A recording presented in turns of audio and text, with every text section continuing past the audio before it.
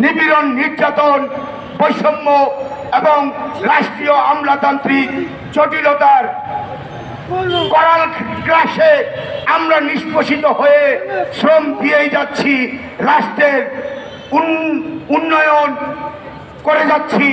কিন্তু প্রক্ষান্তরে আমরা যারা প্রস্তুত করি, উৎপাদন করি, এই উৎপাদনের কর্মীবৃন্দগণ বাংলাদেশে 85% বিভিন্ন সেক্টরের শ্রমিকবৃন্দ তারাই বঞ্চিত হই যারা উৎপাদন করি।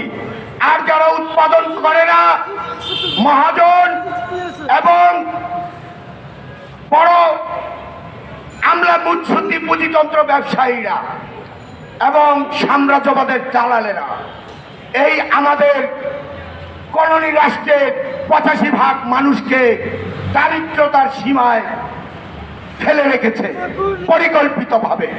তাই আমি বলতে চাই, পাখিরা সব করে রব, বিপ্লব বিপ্লব।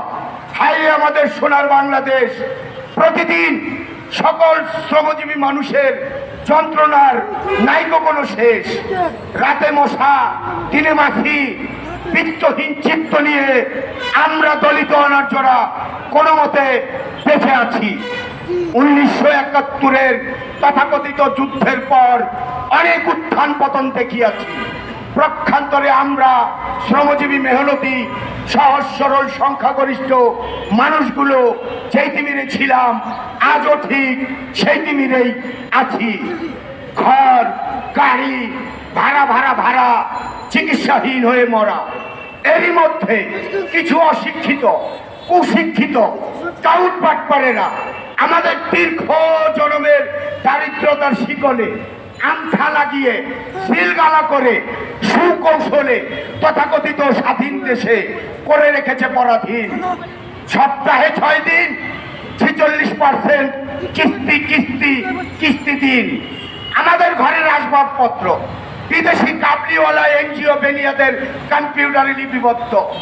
আমরা যদি কোনো কারণে কিস্তি দিতে না পারি, হয়ে যাই ফেরারি আসামি। হায় রে আমাদের সোনার বাংলাদেশ, প্রতিদিন শ্রমজীবী মানুষের যন্ত্রণার নাইকো কোনো শেষ। আজকে আমরা এমন একটি যন্ত্রণা নিয়ে এখানে হাজির হয়েছি, পোশাক প্রস্তুতকারী শ্রমিক বিন্দুর কয়েকজনের আলোচনায় অনেক কিছুই নেই। সর্বশেষ যে পানি, এই পানিটুকু একটি ব্যবসায়ী মহাজন শ্রমিককে খাওয়াতে চায় না। তারা কতটা পৈশাচিকভাবে আমাদেরকে নির্যাতন করতেছে এই গণমাধ্যম বন্ধুগণ